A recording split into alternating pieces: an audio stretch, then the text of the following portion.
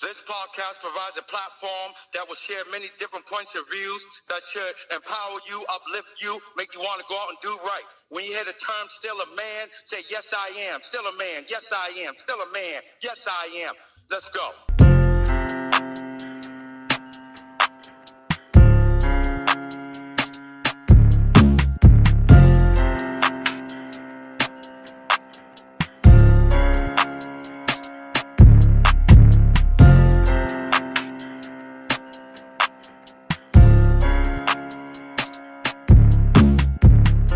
What's up, people? Welcome to another episode of the Still a Man podcast. Well, tonight we are going to have a rather dark discussion. And I say dark because I think that all of us are still in the dark as to this, the ins and outs of this topic. So let me go ahead and give you guys the topic. So tonight we are going to be discussing what the media is referring to this case as the Ohio House of Horror. Now, here's what we know. This is the Sider family. And the Sider family consists of Gary Sr., and his wife, Christina, and then their son, Gary Jr., and his wife, Elizabeth. Now, the Jr., Gary Jr., and his wife, Elizabeth, allegedly has a family that consists of 16 children.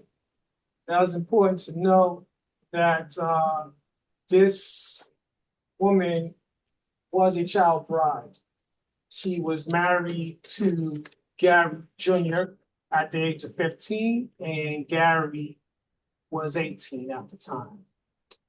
Now, this takes place in Ohio. Now, they said that this woman allegedly has given birth to 18 children over a course of 18 years. And the youngest child is 1.5, and the oldest child is 18. Now, there are 16 children that are amongst the living because she had a set of twins that were conjoint, and these children did not survive. So there's 16 children that are living. Now, rumors are stating that there may have been more children before these reported births, and the age early as 13. And it's not confirmed that these pregnancies were with Gary or not with Gary Jr. So we are not certain of that.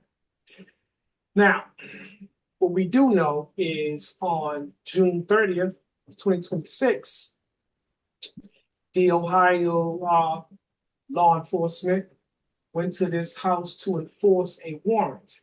They are not being clear about what the warrant was. But upon serving the warrant, they walked into a house that was full of squalor. It was a horrific scene. The house was full of trash, stacks of trash and stuff, and they stumbled upon a room. Now, in this room, there were 16 children living in a room 12 by 12 in size. So it was a 12 by 12 room. Now, in this room, they found trash, feces, and other things, and they said that the children resembled wild animals. And one of the sheriffs said that he has seen livestock that were in better condition than said children. All right. Now, apparently, this family, the Sider family, moved around a lot. They went from one city and town to the other. Now, I don't know if this was to avoid the authorities Minister of Conspiracy has joined the meeting. or truancy officers, but they moved around a lot. And they just so happened to make a home in this town, and this is where everything played out. Now, some people are saying that there's something very nefarious taking place here. Some people are saying that this might be a cult of sorts. We're not certain. Some people speculating that Gary Sr. and his wife Christina might be victims of elder abuse. Some have even speculated and said that Gary is the orchestrator of the evil that was taking place in the house. And let me be clear, when I say Gary, I'm referring to Gary Jr. So they also say that he may be the individual that is orchestrating all this wickedness that's taking place. We don't know.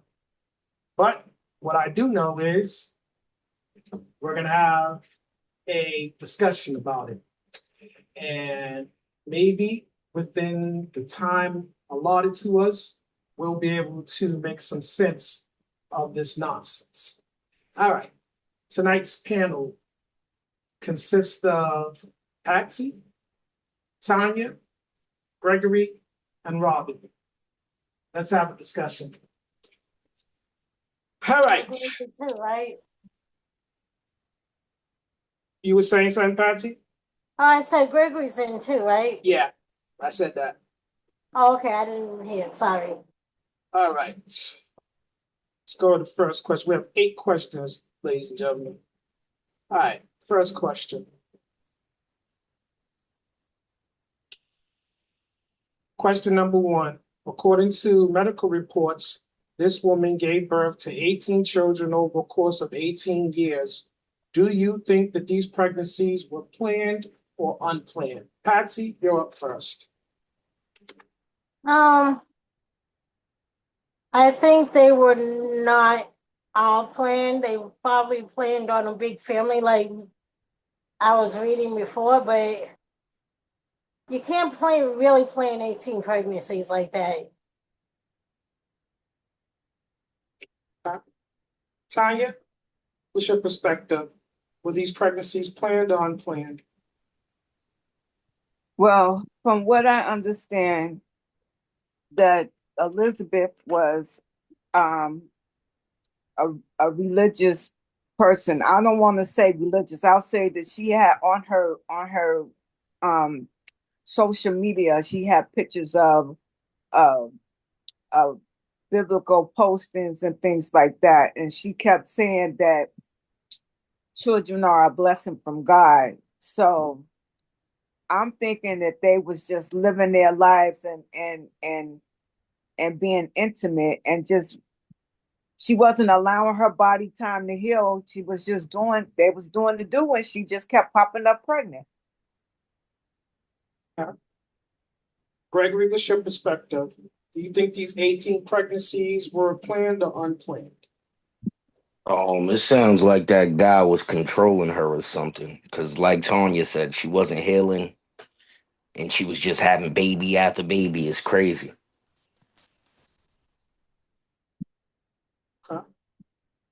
Brimage, what's your perspective? That was a case of reckless sex.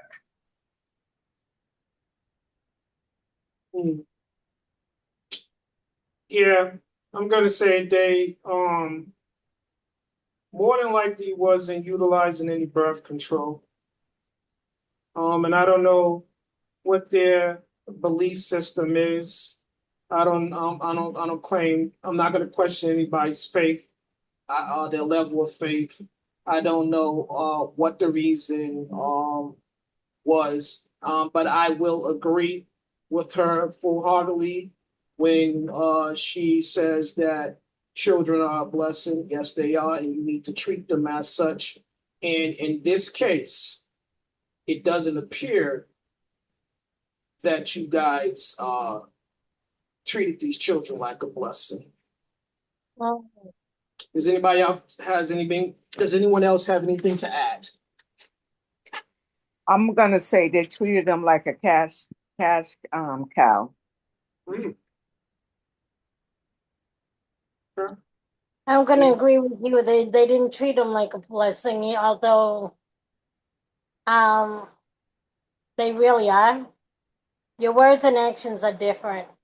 Yes, actions speak louder than words. Hmm. Okay. Robert, do you have anything else to add?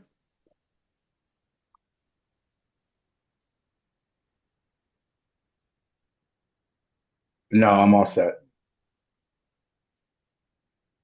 Okay, let's go to question number two. Question number two, are the parents and grandparents equally guilty of child endangerment, or is the mother of the 16 children a victim of circumstance? Robert, what do you say? I think they all equally responsible for the acts that took place in that house of horror because you witnessed it. And if each individual, I don't care, once or twice left out that house to go to Dollar General or anywhere else, you had a chance to speak out then and get help for the 16 individuals, but yet you didn't. Mm-hmm. Patsy, what do you say? Um, they're all equally because by this time the mother, she's an adult, but um she was probably a little in the brainwash. I forget what that word is where like you in a cult situation and stuff like that.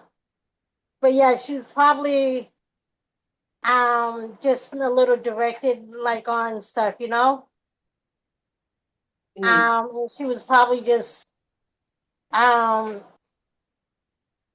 oh my god, I can't even think of the word. brainwash is a good word. Brainwash is a good word. It's Yeah. sufficient. In a trance? No, not in a trance. She's pretty much brainwashed. Like he said, it was um, my God, not Munchausen, because that's like you being sick and or acting like you're sick, but you're not, and you doing the children by proxy. But there's another word I'm thinking of, but I can't think of it. Something syndrome. No. Well, when it comes back to you, just let us know. Uh, Gregory, same question. And just so I'm correct, we're talking about the 16 kids that was living in the back of the house or something like that, right?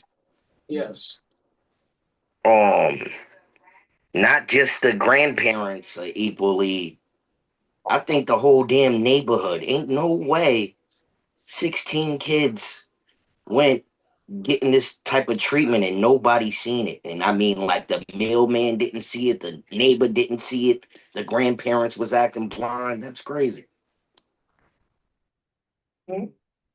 Tanya, what's your perspective? I'm gonna have to agree with Gregory and say I'm not gonna say the whole neighborhood, but I'm gonna say that all adult parties involved are complicit. The hospital where she had the babies is I feel that they are complicit. Some of the reporting, explained away why the hospital wouldn't have got involved in case if they didn't see no signs of abuse. But my thought process is if you see a 15-year-old girl coming in having one baby, even though she married, and then coming in year after year after year with another kid, with another kid, with another kid, there has to be some type of behavior that's being exhibited, or you see how their demeanor is, especially if the husband is coming to the house. There has to be some kind of power dynamic that's being evident here. Mm-hmm. That should have been reported. Yeah, I'm gonna say they are all guilty. I don't know if equally guilty, but they are all guilty. They all play a role in some shape or form. The elders usually the ones that impart wisdom to the young. So this is learned behavior. So I dare say that the younger ones are preconditioned to Bird has joined the meeting. behave and think excuse me, in this manner. Again, if there was something more nefarious taking place, it has yet to be disclosed. But I think there's more information gonna come out as the story develops. But yeah, they all guilty. I think there's in some situations you have young Gary Jr., where it's reported this guy was out there exposing himself to the neighbors. Mm-hmm. So that's some sexual deviant behavior.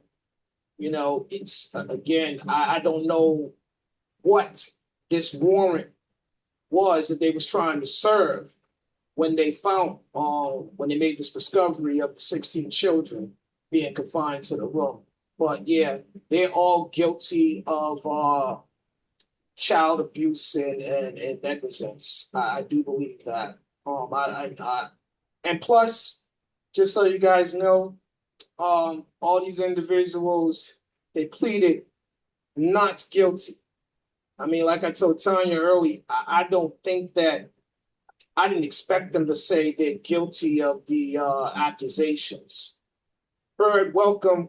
We are discussing the Ohio House of Horror, and this is the case in which 16 children were found confined to a 12 by 12 bedroom.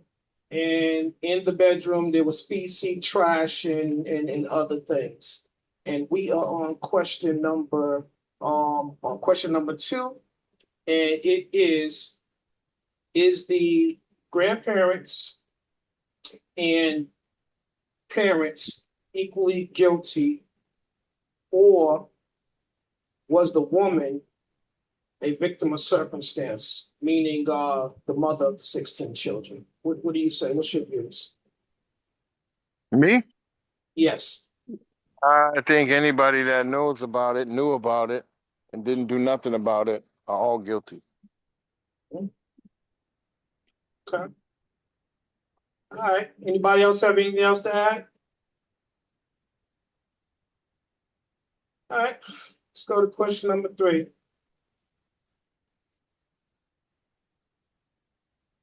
Hold on, guys, 1 second. Question number 3. Why would any parent force their child to live in squalor while depriving them of essential health care?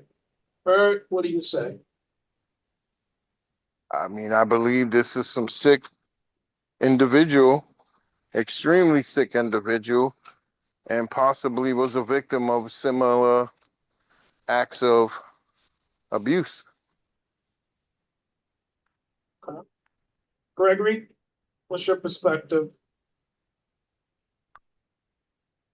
Yeah, I agree with Bird. It's probably a long line of generational things that they kept going, and now it's passed on to these parents. And as you said, they was religious, so it's crazy.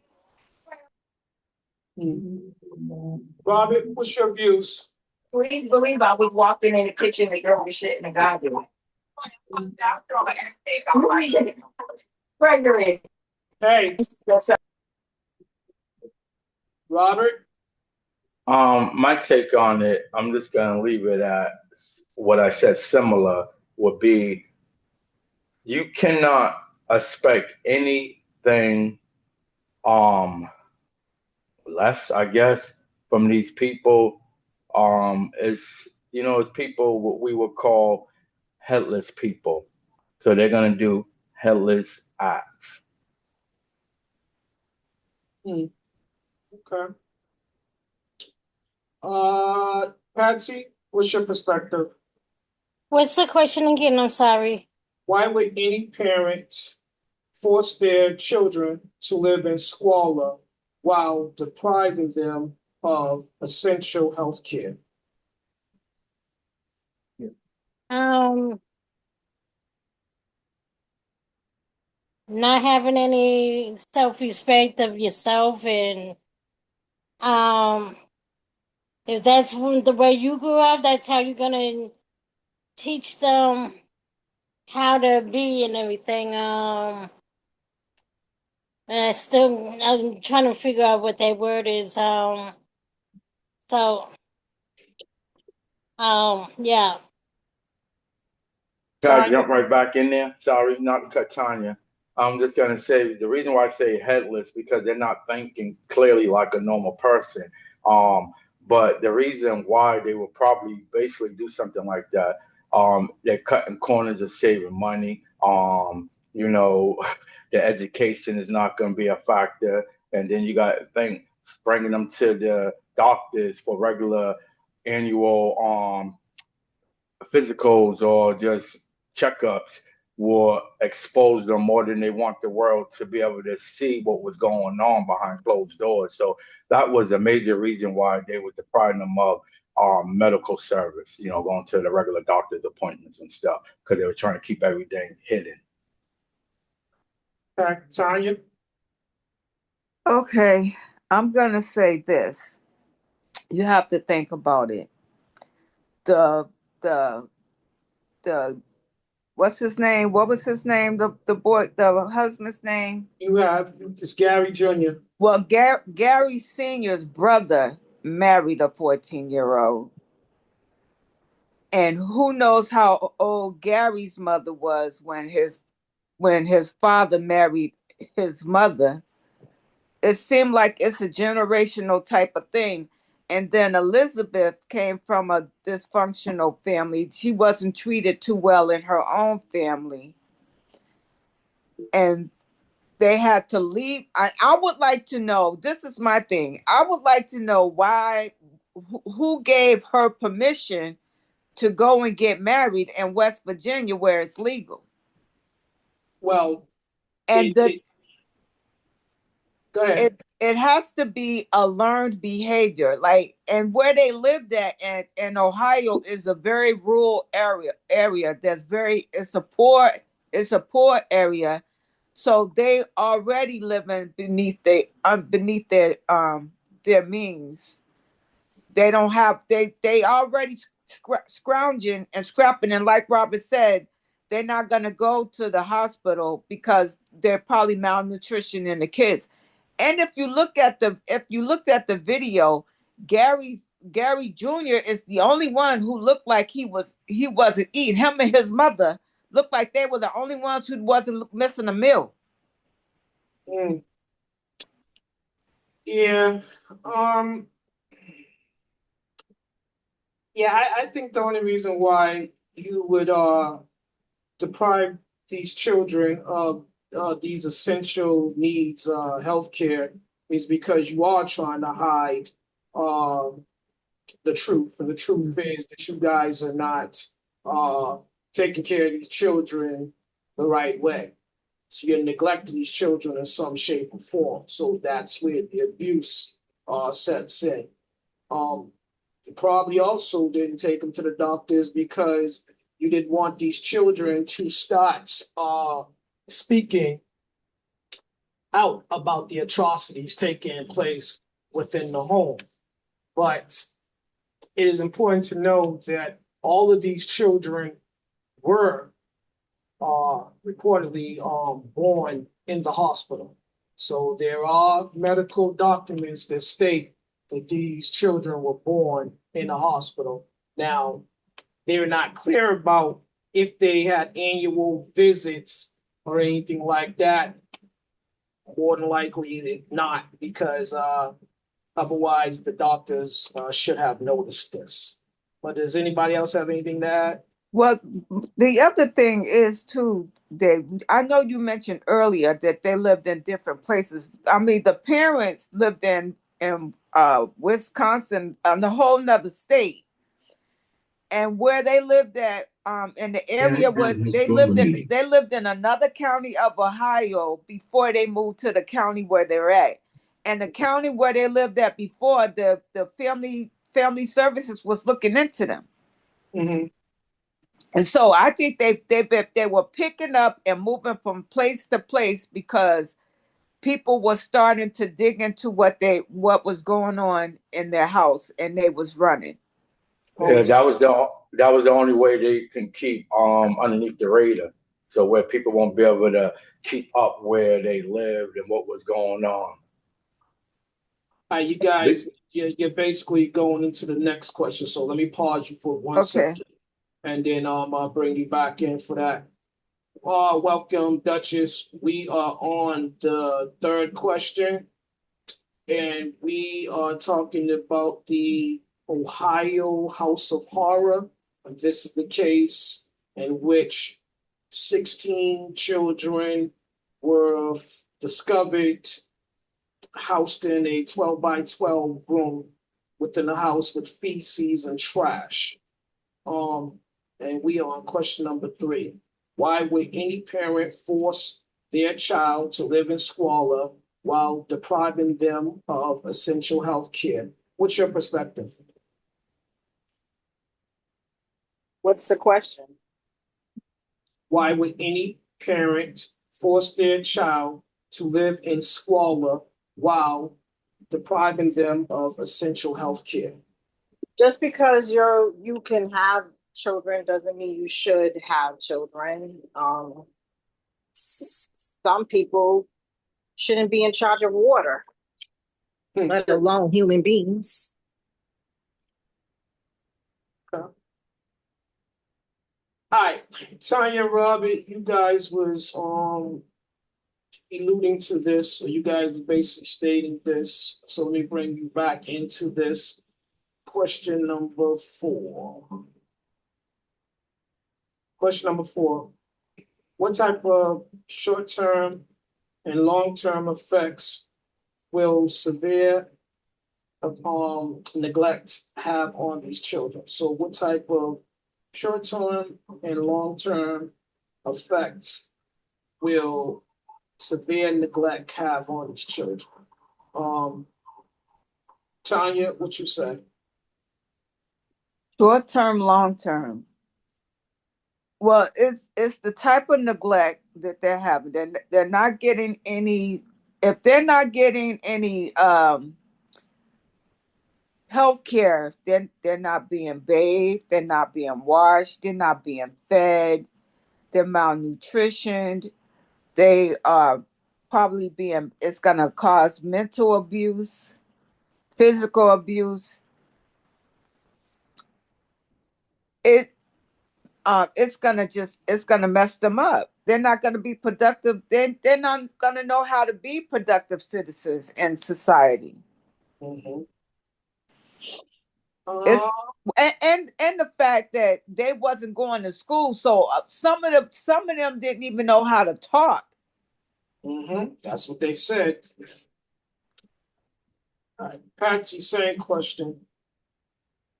Um, you're thinking about, like Tanya said, the physical health of the children, the mental health, the nutrition, and then there's like the social skills that they all they know is their family dynamics. They don't know anything outside of that house. Mm-hmm. except some of the family dynamics that are visiting, incoming visitors, if it was any at all besides the uncle or whoever. Um, yeah, and it's gonna take years and years to kind of get them into any kind of um somewhat normalcy Mhm. of behaving in a good social setting. Mhm. And I'm going to need specialized care on social skills, mental health issues, everything. I mean, everything from A to Z, they need to be redirected, especially the older kids. The younger ones, you could kind of,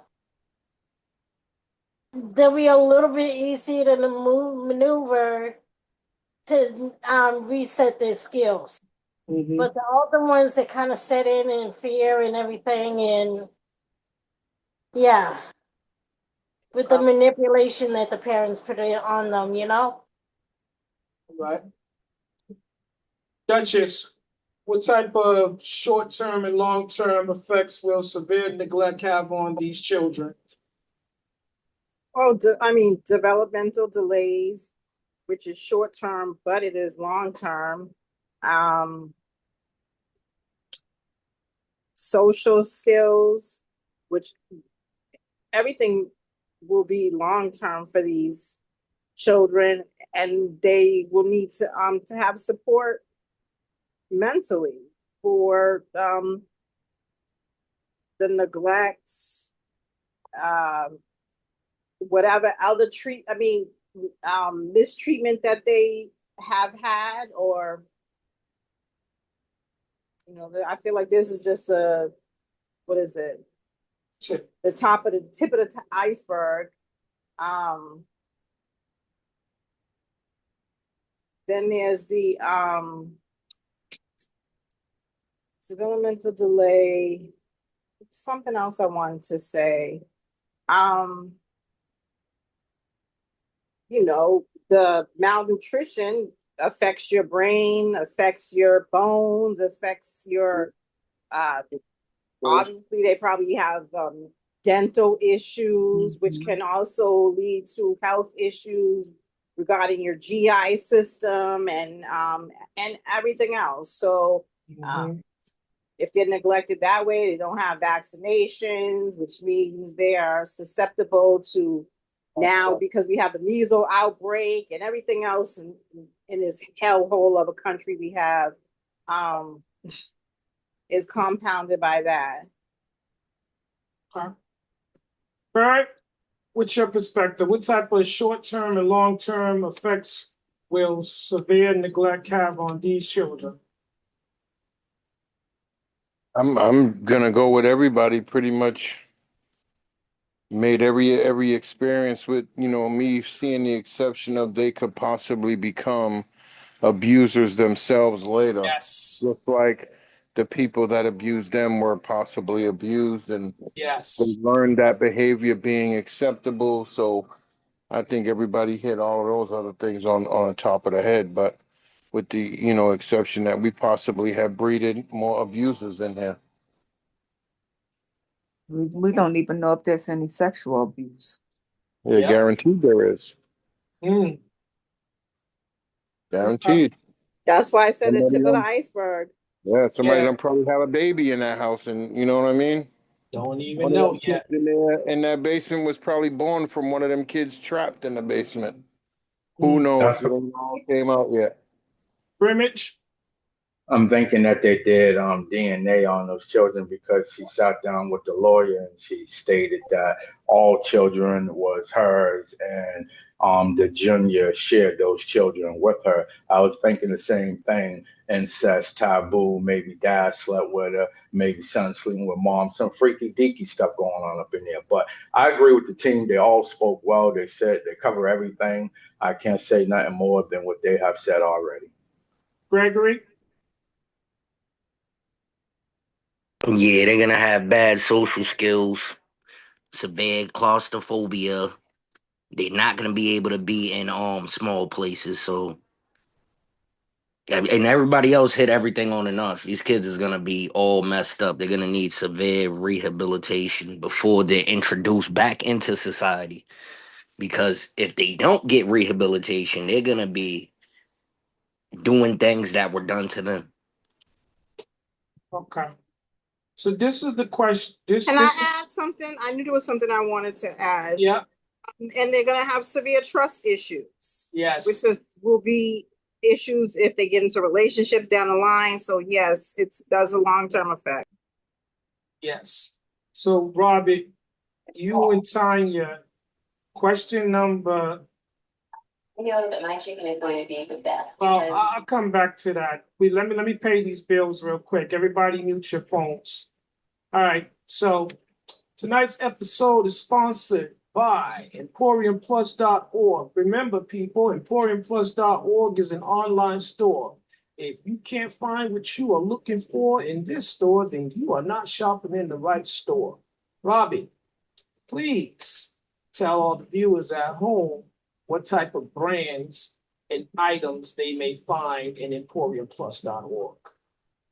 Well, for the parents that done such a horrible thing to their 16 children, you need to go out and purchase this shirt called um, "There's No Better Way. We Do Better" by Adapt or Perish. You can find following brands and designs: Envy Forever, Adapt or Perish Ladies First, SOS Support Our Sisters, Youth Serum, Still a Man, some merch in Emporium Plus. And for our subscribers that have been hanging in there with YouTube viewership, we appreciate you. Keep spamming the comments, smashing a like, drop an emoji. For those who haven't yet came aboard, don't jump off the boat or get lost in the water. Come over, spam a comment, smash a like, drop an emoji. Thank you, thank you. We appreciate you. All right. Question number 5. This is the question that Robbie and Tanya was leading into earlier. This is question number 5. How does a family consisting of 4 adults and 16 children living in a horrific environment remain invisible to their respective neighbors? So simply put, how the hell does a family of 20 living in such a horrific conditions go unnoticed? No one sees them. How does that happen? Tanya? Well, there on some of the reporting that I saw, there was a report that a couple of the kids was outside playing, and the neighbor said she saw a couple of them outside playing, but when they saw her, they ran in the house as if they wasn't supposed to be seen. Mm. And then there's reporting that the older children had electronics, like iPhones and laptops, but they had let me say social media pages. Mm. And so it's suspected that maybe the parents gave them those devices to keep them occupied inside the house and not want to be outside. Mm. Mm. Okay. Brimage? Okay, what was the question? Sorry. How does a family consisting of 4 adults and 16 children living in a horrific environment remain invisible to their respective neighbors? um, the one of the reasons probably because a lot of people ain't living right in their own homes, so they tend to try to not mind other people's business, so their business won't become mine. Um, so that's one of the reasons. The second is this house was back some distance, a little bit away from others, had a whole bunch of trees for blockage. there's some things that cover that situation where it won't get seen thoroughly, and keeping them out of school and out the hospital, so the social workers won't be able to keep finding them. They kept relocating. Um, the police wasn't coming there because there was really no reports being filed on them, because what could you file when you ain't seeing them? So you're keeping them secluded. You're keeping them locked down, confined to this 12 by 12. It kind of remind me of this case in 2018. I think their name was David and Louise Turpin, where they kept their 13 children locked down in the house, chained to beds, not going to school, not going to the hospital, doing the almost exact same thing to their children. Mhm. So it makes me believe that some of these people are watching news clippings, reading up on stuff, and they decide to do the same thing in their households. Copycat crimes. Yeah. Uh, Patsy, what's your perspective? Um, because they're not, these parents are not like everybody's hitting on, didn't allow these children to go outside like normal children. Um, and um, the neighbors really didn't pay all that much attention, but they should have had to eventually smell some of the mess and the feces and all that stuff. If they weren't taking out their garbage, then the that would have smelled. Because I know if I had emptied out some leftover food, then and I left it in the trash bag for a good little while, it would smell. So you had to smell some of the, not just the feces and the urine, you would have smelled trash. You Mm, know, you should have Not noticed that. mm. you're saying all the right stuff, Pastor, because I did bring that up earlier before the show on with David. I was discussing how does noises from the children, smells, and a lot of other stuff go unnoticed. Because they lived in the rural Hmm. area, and the houses in the rural area is not close by. Yeah, They're all separated. They're far away from one another. yeah, that's what I was stating. And they got like trees and bushes around some of them. Patsy, did you have more? Um, I still believe, like, even with the distance between the houses, if you take walks in between your house and the neighbor's house, you would have noticed some odor coming out of that house if you got close enough. Hmm. You could be like 100, probably about 30 to 40 yards away, and you're like, what the hell is that smell? And you could kind of investigate a little bit, and you're like, damn, that house smells. What the Hmm. hell's going on up in there? Yeah. All right. So we heard from Robbie. We heard from Patsy, Tanya. Um, let's get Gregory. What's your perspective? How does a family consisting of 4 adults, 16 children living in squalor remain invisible to their respective neighbors?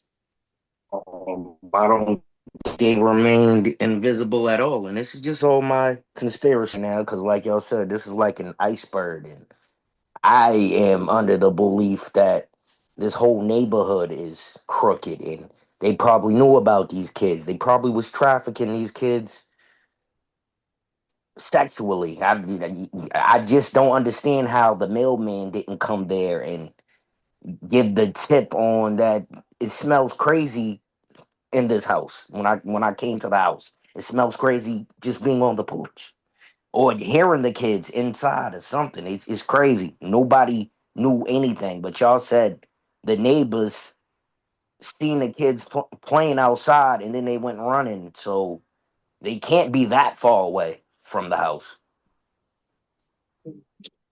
And Gregory just had a key point with the mailman coming there. I did research on that earlier, trying to find out why didn't the mailman notice anything. And the report came back that they're not focusing on what the mailman noticed or if he even went there. They're paying attention more to the kids, their recovery. Duchess?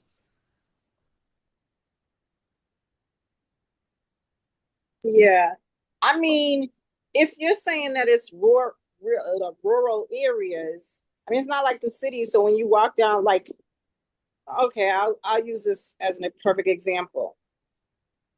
I've lived in my neighborhood almost close to 30 years. We got a bunch of new people. I don't know them. I don't pay attention to them unless they come in front of my house.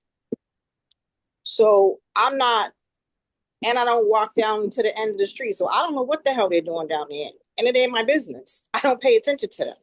So people could be like that. In rural areas, that your mailbox is not on your door, on it attached to your house. It's not. it's in a mailbox down the driveway. Mm-hmm. Some people got to drive to their mailbox.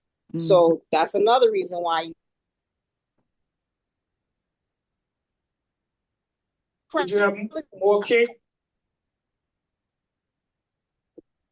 So, I mean, in this day and age where people aren't as social as they normally would be, because everybody's got their head in a phone, on a laptop, streaming something, it's easy not to look up and see who your neighbor is and what's going on over their house.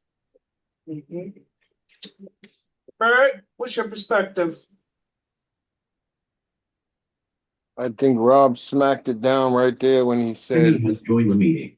they're constantly moving. So, any sign of attention, they move. Any sign of something, they move. They relocate. And everybody else is saying, alluding to, your community ain't really paying attention to each other, or they're indulged in their own life, or, your house is in a driveway up a little roadway and your mailbox is at the end of the driveway. So you won't notice it. And like Rob was saying, the minute they get any sign, they stop moving to the next town, to the next county, to the next, to the next, to the next. So there isn't no chance. And some religions don't believe in modern medicine, is why they don't bring them to doctors or get them the medication they need. So it could be their religious belief that they don't do some of the stuff with doctors, and they're homeschool, and that's just the nature of this beast that we're living.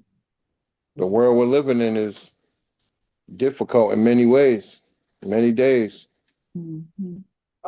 Welcome, Timmy. We are discussing the Ohio House of Horror, and this is the case in which 16 children were found confined to a 12 by 12 room full of trash and feces. We are on question number 5. How does a family consisting of 4 adults and 16 children living in squalor remain invisible to their respective neighbors? Well, this stuff ain't nothing new. This stuff been going on for a long, long time. Um, how do they get away with it? Because isolation. People might see the kids outside for a second and then they don't see them for a couple of days. Some people, like the panel said, some people just mind their business, unless it's something out in the opening where they see things and they can report on it. But as far as what's going on in somebody's house, they mind their business. Unless the kids or things come out in the opening. You dig? So that's how they get away with it. And it's a problem because when it comes to religion, because the government allow them to have a lot of leeway where if they try to question and you know try to intervene in stuff that they feel and know is not right. Well, these people, the religion got high power lawyers and stuff like that. So they Constitutional. right. So they find loopholes. They find goddamn loopholes where they can make them, back off for the time being until they get more information to come down on them. That's just how it is. You have to when the feds are coming, just because they don't come right then and there, a lot of people are dumbfounded that the feds don't come. Just because the local police came and got you, that doesn't mean shit. The feds is calmly behind the scenes gathering information, and people are oblivious to when the feds come in. I say less. Let me say this. I don't. So I guess everybody's subscribing to the see no evil, hear no evil, uh, approach mindset. However, so let's say in the case of the garbage man, uh, if this is a registered household, registered address, everybody has the same probably the same day in which they pick up trash. It's also been reported that Gary Jr. and his wife Elizabeth went to the local Dollar General store and stuff like that. Also, Gary Jr., it's also reported that this individual was guilty of indecent exposure. So there's been reports of that. So again, I think if you have a sexual deviant or such living in the surrounding area, people would know or would want to know where this individual resides. I mean, Yeah. that's just my take on it. But again, And That's why they have the fucking sex offender register shit. Well, So you get alert every time a sex offender is moving in your damn area. That's Tanya, why they do that. this is Tanya, what I'm going to say. I'm going to say Ohio is a state that is prevalent with pedophiles and child sex abusers. And I'm going to add that yes, ma'am. this area where this happened at is called the Appalachian Mountains area, which is where our vice president claims he's from. He's changed his identity 4 different times. He's like a chameleon. He goes with the wind. And we currently have these people are just having kid after kid after kid, and that's what they believe, that they want them to have as many kids as they want. Abortion is a sin. Let's just have all these kids, even if you can't take care of them and you're not equipped to have them. Let's just have them. Let's just have them, and the state and the county will take care of those kids. But Yeah, they won't take away from what we need, but they'll take care of those kids, and the father has an illness that because he's in jail in the county has to take care of the bill that could the type of illness he have, the medical bills could bankrupt the county. Yeah, so they sent that alleged deviant home. They let him, and we're referring to Gary Sr. Yes. Yes, but here's the thing. In that isolation world, now they start abusing the kids. The kids start having kids, you know, so nobody knows who's the father unless they take DNA or whatever. Well, You know, so they are clear in this situation. It's reported that all 16 children are the children of Elizabeth and Gary Jr. And can I say this, That's yo? what's being stated thus far. Go ahead, Gregory. They can't be that isolated or fall away from the neighbors if this guy went outside and flashed the neighbors. Yes. Unless he was walking mad, because y'all are making it seem like these people's houses are so far from each other, but he's getting caught doing things like that, and then the kids are getting caught outside and running back to the house. Ain't no way that the neighbors are that far from that house. It's just he's like a y'all said, people have a see no evil, hear no evil type thing going on. Where he's a narcissistic person. if I'm a neighbor and I know these people have kids and I never see them outside, I'm gonna ask them, like, how's your kids? I'm a friendly neighbor. I talk to my neighbors and stuff. So what the hell? These kids never come outside? It's crazy. Somebody needs a wellness check. Narcissistic people with with when narcissistic people are doing demon stuff and they figure that hey, they ain't gonna get caught and nobody knows what they're doing, they are so goddamn arrogant and narcissistic that they would do little other dirty stuff and feel like they privileged to get away with it because nobody knows their little secret at home. So let's go to question number 6. Maybe this make more sense of the situation. Bird, I'm gonna start with you.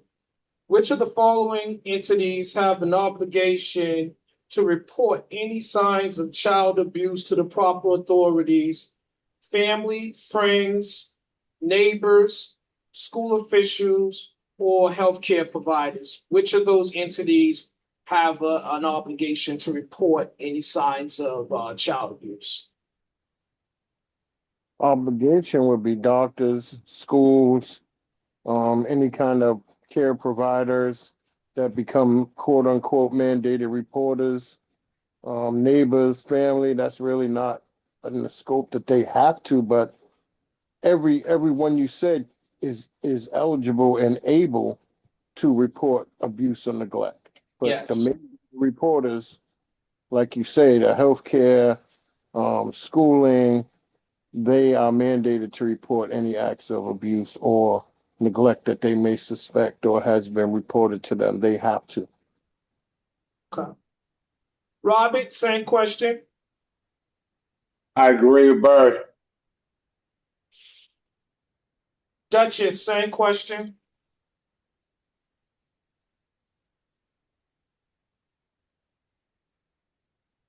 Duchess, turn your Yeah, mic. I heard you.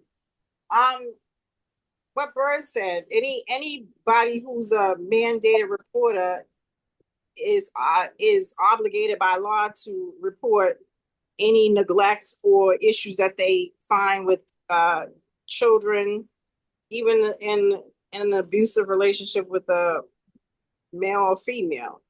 But family's not obligated, even though you would think that they would. Friends and neighbors, not so much. No, they're not legally obligated, but morally or ethically should be. Patsy, what's your perspective?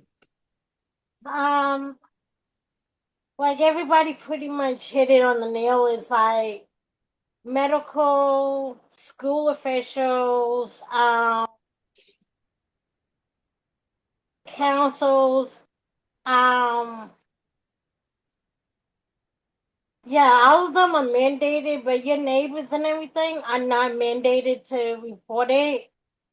But I'm just surprised I don't know if this woman had the same doctor over the years for her pregnancies, but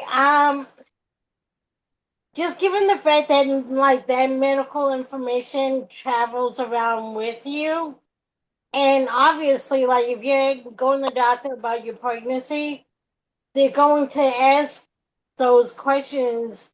Is this your first pregnancy? This and that, and blah blah blah. Mhm. And they'll be like, "Oh, what happened? What's going on with your other children? How with their health?" Just the sheer fact, like giving her information, what her answers would be. Wouldn't those doctors and nurses be asking, like, kind of like getting red flags from her answers, and given she had multiple births, they be checking that out, and that's probably why they moved so much too, because people were investigating the family because she's had um more than several pregnancies, and they're like, okay, we need to report this. So, and then they couldn't find where she lived at afterwards. You know, each and every time. But I guess at some point that all that information got caught up, and that's why they got found out about where they were living and everything. So I'm glad eventually they got caught where they were living and saw the conditions, all this stuff, and yeah. But doctors are definitely a mandated reporter, and the nurses. Can I just chime in? Yeah. Rashida? Medically, your records don't go anywhere. You don't send them. Right. We don't have national mandates between hospitals to share information. And if they're in a rural area, half of that stuff is on paper. Right. But I'm So just saying, like, if she was asked, like, how many pregnancies she had and blah, blah, blah, I'm pretty and sure just to she be like, lied, Right. and she probably Exactly, wasn't Tiana. giving. She probably didn't give the same name every place that she Yes. went. Yes. yeah, Yes. Well, actually, she did. That's why they have documentation that all these children were born in the hospital, and they were born to Gary and Elizabeth Sider. Well, the DNA is always going to be truthful anyway. Mm. They definitely took I DNA. think we're assuming that she had them because they moved around. So I don't believe that, because I know for me personally, I've had to call nursing homes to get information on people because the crap didn't come through or wasn't shared or whatever. So, and that's in this state. So I don't believe that at all. Yeah, that's what no, they that's what they're and claiming. and you claim, and we're assuming that she always went to the same hospital She when did. they She moved around definitely a didn't. lot.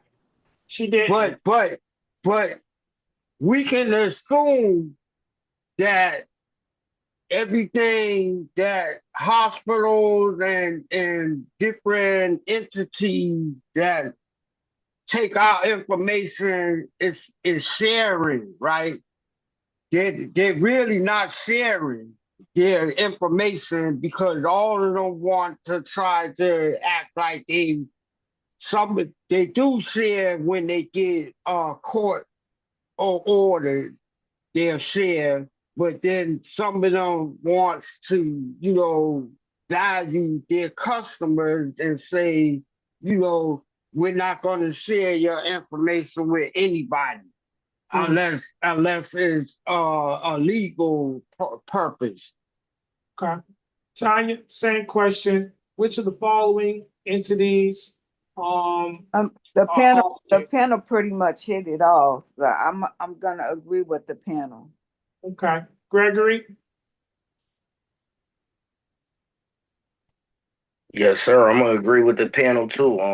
Morally, it should be everybody, but like they said, certain people are obligated to. Um, all right, so little fun fact, something that I did not say initially during the opening introduction.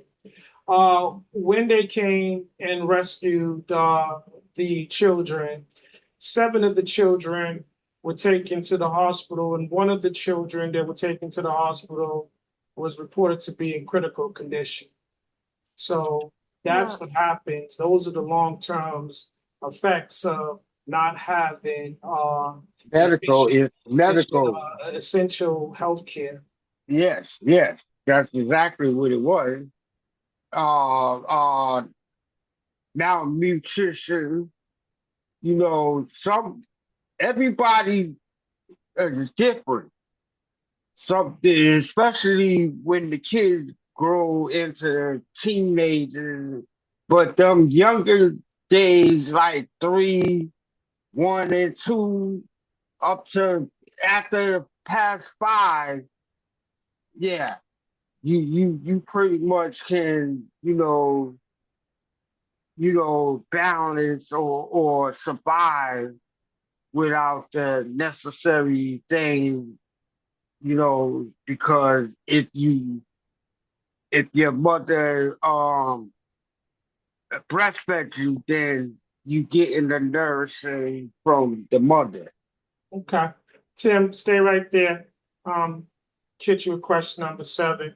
What are some challenges that both law enforcement and child protective services may encounter when investigating uh, said acts of child abuse? Um, so, what are some complications, some obstacles that the police and Department of Children and Family, what are some This case, this case right here is a prime example. This case right here. Why? Because it's like that analogy, see no evil, hear no evil, right? So the DHS, I mean, not DHS, but DCF, DFFC, DCF, Department of Department of Children. Family and Children Services. That's what they call it now, the Department of Family Children Service. So that department, some people in the department shouldn't be there. And then because it's like they got people that are in power that shouldn't be in power, that will overlook certain cases and go after cases that is you might get an incident that ain't they wouldn't make it a big deal, but because of whatever neighborhood you're from, they're gonna make it a big deal. But if you are privileged and you live, where they thinking they right, yeah, you going get bypassed or looked over. Uh, that wasn't nothing but an accident, they'll say. But the shit that they was looking at before was an accident. They looked at it was serious when the shit that you saying is an accident is really serious. Okay. Duchess, what are some challenges that both law enforcement and child protective services may encounter when investigating suspected acts of child abuse?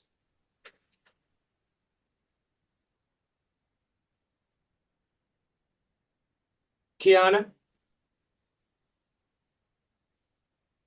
I don't know what happened. I heard suspected acts, and then I didn't hear anything All right, else. so what are some challenges that both the law enforcement and child protective services may encounter when investigating suspected acts of child abuse? People not being honest, people not wanting to share the abuse.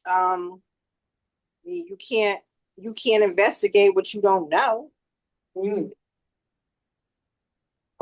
okay. Bird, what's your perspective? Can you say that again? It was What a type of long question. what type of challenges do law enforcement and child protective service encounter when investigating suspected acts of abuse, child abuse?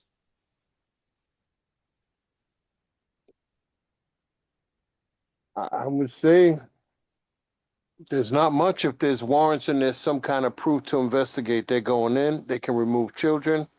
But again, if there's not enough time or they're moving from county to county, they can't catch up with them and keep up with them and know where they're relocating to. And there's that constitutional right. If they're claiming whatever religion they're claiming that allows some of this treatment, there's nothing they can do to step in, even though it could be considered abuse in the eyes of the law, but in the eyes of the Constitution, there's nothing they can do. Yeah, that's that BS where you got to wait for something bad to happen for them to actually step in. Yep. Or Uh, possible death from it, or who knows what could have to happen. But they could step in, but it depends on what action can be taken at the time. That's what I was talking about. They're high power lawyers. That's what they're for. They You got Patsy, cause they high-powered lawyers, they poor. yeah, no, Any no, lawyer can no. quote the Constitution. Yeah, but the lawyers that they get would be eager because that they know the law. And like you said, the law is protecting them for the evil deeds that they doing, and that's how they get over. Because they're using the system to their advantage. okay.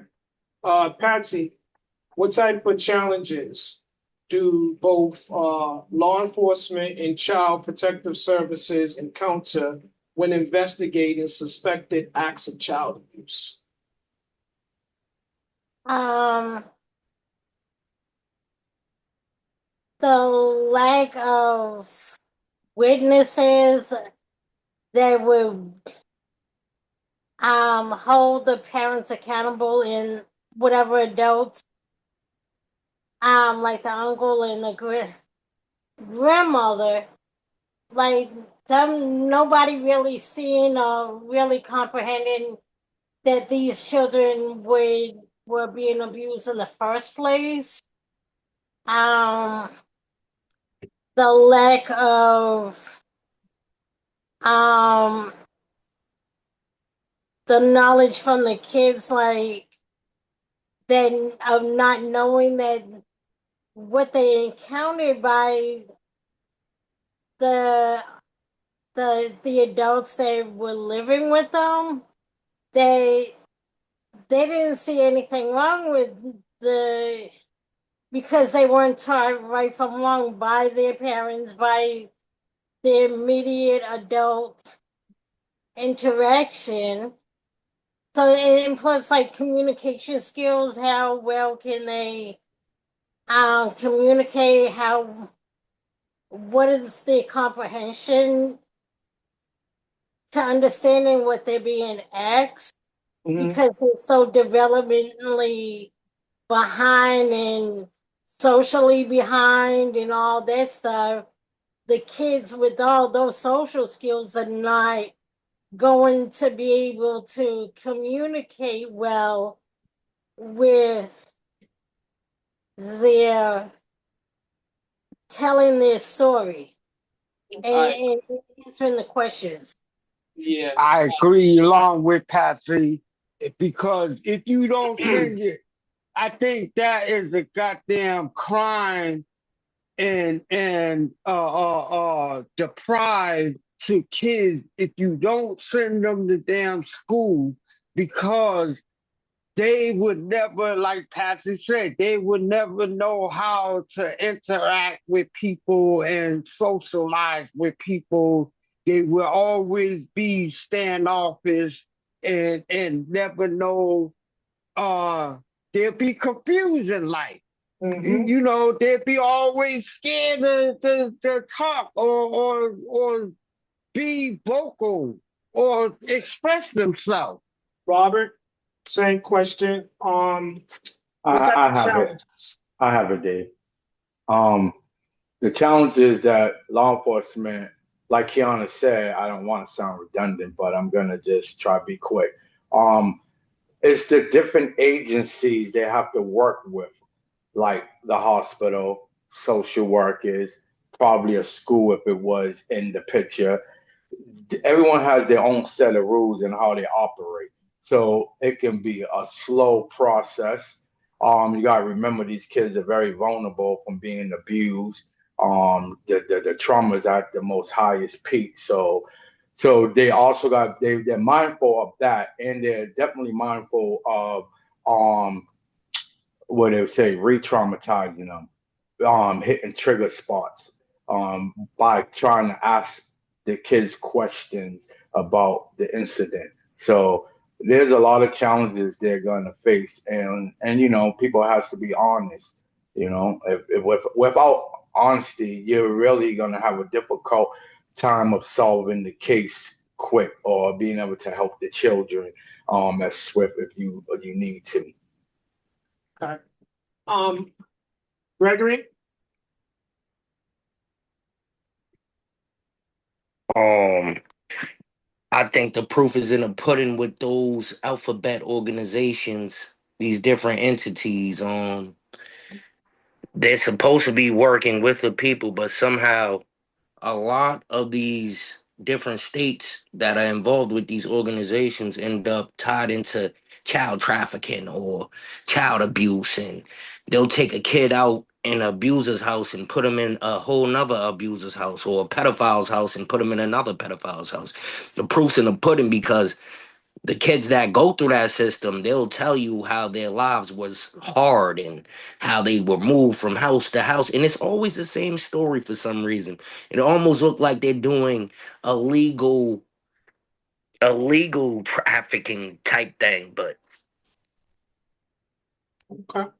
I don't Tanya? I don't believe that they're facing complications like that, especially in the area like Tanya pointed out earlier.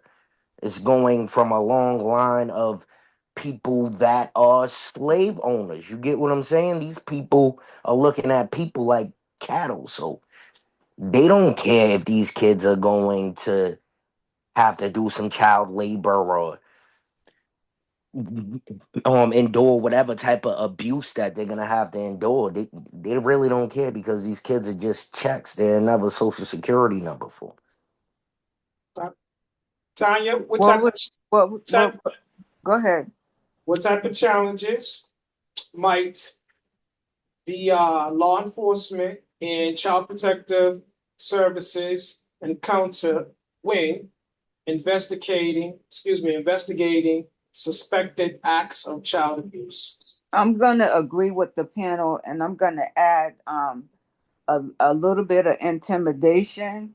Mm, Intimidation from those that are in that they are involved, that they have to ask questions, questions to the kids. Like, the kids are young, like Patsy said, they not mentally developed because they have been malnutrition, they haven't been well taken care of, they haven't been schooled.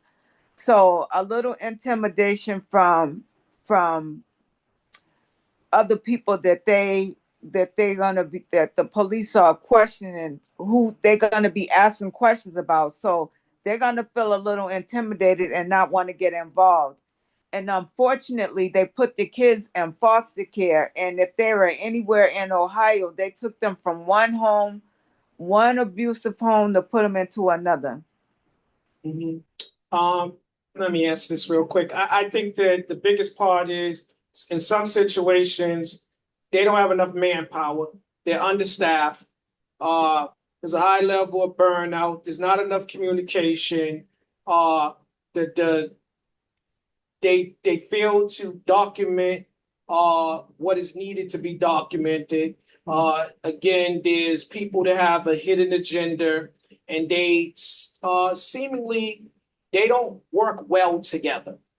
Like, so that's part of the problem. They don't communicate. And I think the biggest part overall would be developmental delay, where these young people are not able to articulate the level of abuse that took place. All right. Yeah, And one and other and thing, Dave, is also you said with child family services, a lot of times they're trying to cover up the shit that they didn't do. Mm-hmm. yes, and what Tanya did say earlier, they take them out of one situation and they put them in foster care. And I made reference to the 13 children, and I think it was Paris, California, earlier in 2018. Them Hmm. 13 kids, they end up getting saved, only to go through the system and be abused all over again in many different homes. Exactly. Mhm. That Tanya is 100% right what she The said proof about. is in the pudding, y'all. All right. So let's Robert stay right there. Since you started talking about it, I'm gonna let you answer the last question first. Question number 8. What type of support services will these children require now that they have been rescued from this abusive environment? And what type of punishment should be handed down to these offenders, these wrongdoers? Um, First off, the children's gonna need trauma therapy. They're gonna need play therapy. They're gonna need parenting therapy, which that consists of how parent treats their child. They're gonna need therapy that allow them to trust within quality, loving, and care and respect for their well-being. For those parents and grandparents that done this such horrific act that is unprecedented, I would say that they need to do some serious prison time. I don't think they should ever see a day of light, because this is not love. This is not how you take care of your children. This is not even humane. So I say, if you're an animal, then you need to live in a cage for the rest of your lifetime, because you don't appreciate the breath God had wasted on you. Mm. Well said, well said. Timmy, same question. What type of support services will these children require now that they have been rescued from this abusive environment? And what type of punishment should these wrongdoers face? Well, they going to have to deal with years of recovery, years of counseling, therapy. You know, far as the adults, these people knew what the hell they were doing. These people, the mastermind, Gary Jr., he is the culprit. He's the leader. He's the brainwasher to the rest of the adults, but not so. He really is the brainwasher for the kids. The adults, they were all with him, so, but I have to say that um with what they done was definitely despicable, and The meeting. and the law,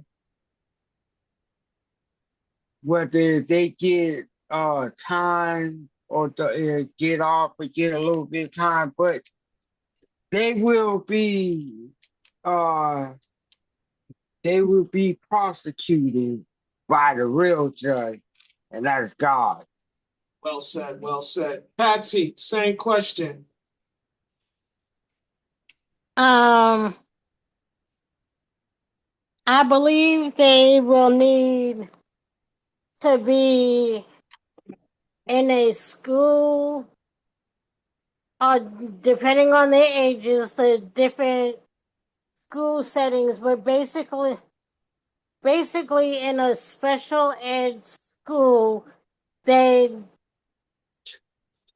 deals with different learning disabilities because of them not having an actual education, and their social skills are depleted.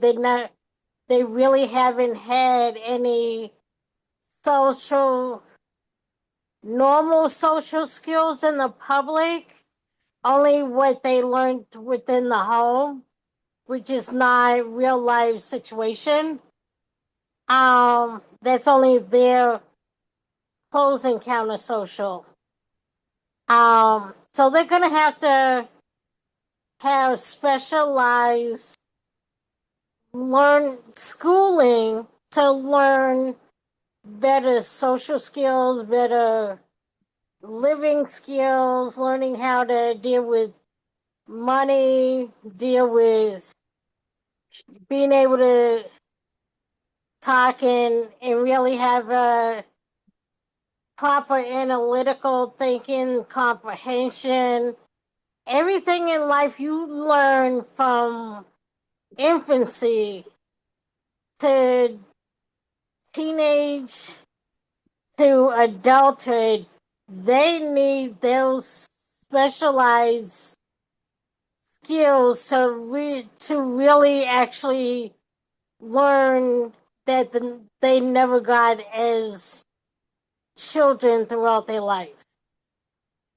Okay. And then the parents, oh, they need to be in isolation on, even if they don't get the death penalty, they need to be on a death row kind of situation where they have no contact whatsoever with absolutely no one in the jailhouse, you know, and maybe have their rooms not be cleaned, their cells not be cleaned, and them living in filth and disgust. That's right, Patsy. An eye for an eye. They was You already living know, in filth and disgust. Patsy? like, but to be forced to live it on them by another entity, like they put it on those children. Well said, well said. Gregory, same question. Let me get the whole question so I can answer it.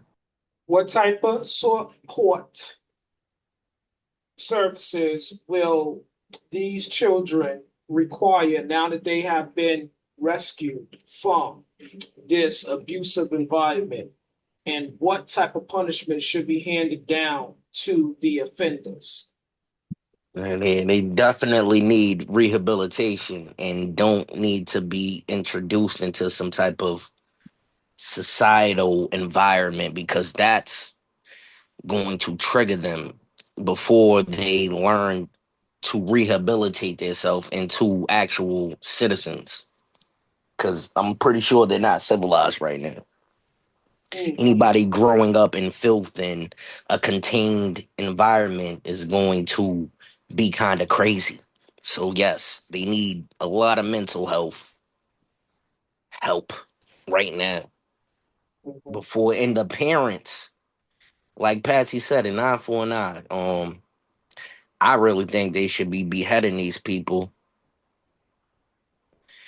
But it is what it is. We have a law system. Off with their heads. Yes, Tanya, literally. same question, Tanya. I think that I'm gonna talk about the children first. They need to have mental support, spiritual support first and foremost. They need to have social support, like Passy said. They need to be educated, and they need to have education geared towards the developmental skills that help them grow and become productive adults. They need to, I said social, right? Social skills. They need mental support. I said that. As for the parents, I'm going to say that the parents, they need those parenting skills and things that Robert talked about for the kids. They're gonna also need that, but I think the parents is gonna need all of that support too, because and more importantly, they're gonna need spiritual support because they say that that children are a blessing from God, and so they need to know what God when God blesses you with a child, how He intends for you to care for that child. Mm. And Well, how to that child is like a seed, and so you need to know how to nourish, how to water, how to tend to the child to help them grow to be productive citizens. And so they need to have that. They need to have that. They need to have mental support, and they need to have parenting support. If they have the spiritual support, all everything else will fall into place. right. Um, and I'm not gonna say they need to serve the time for the things that they've done, but I'm not gonna say they need to spend the rest of their lives in jail. I'm not gonna say they need to be beheaded because God is gonna be the ultimate, like Timmy said, He's gonna be the ultimate judge of what happens to them. But just as He's given other people grace, they need to have grace as well because they came from a tragic situation. They only put forth what they were taught and what is learned behavior, and unfortunately they put that onto their kids. Mm-hmm. And so in order to do better, you got to be better, so you got to know better. All right. Well said, well said.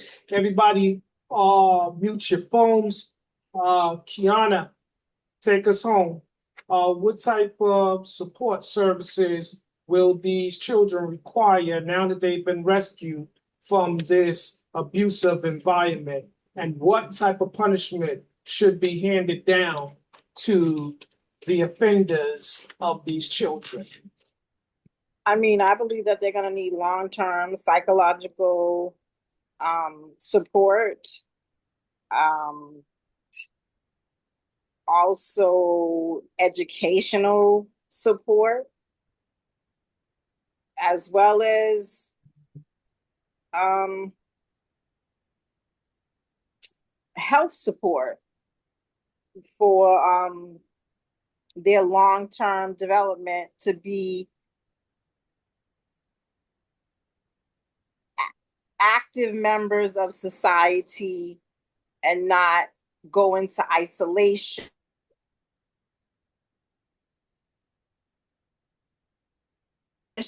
Parents deserve the full extent of the law. And then when they get into jail, they need the jail system of law. Hmm. Okay, I have well no said, sympathy. well said, well said. So real simple people, if you suspect that a child is being abused, report it. So there's a national hotline for child abuse. Reach out to them. It is 1-800-4A-CHILD. Again, the number is 1-800-4A-CHILD. See you guys next week. God bless you all. Be good to one another.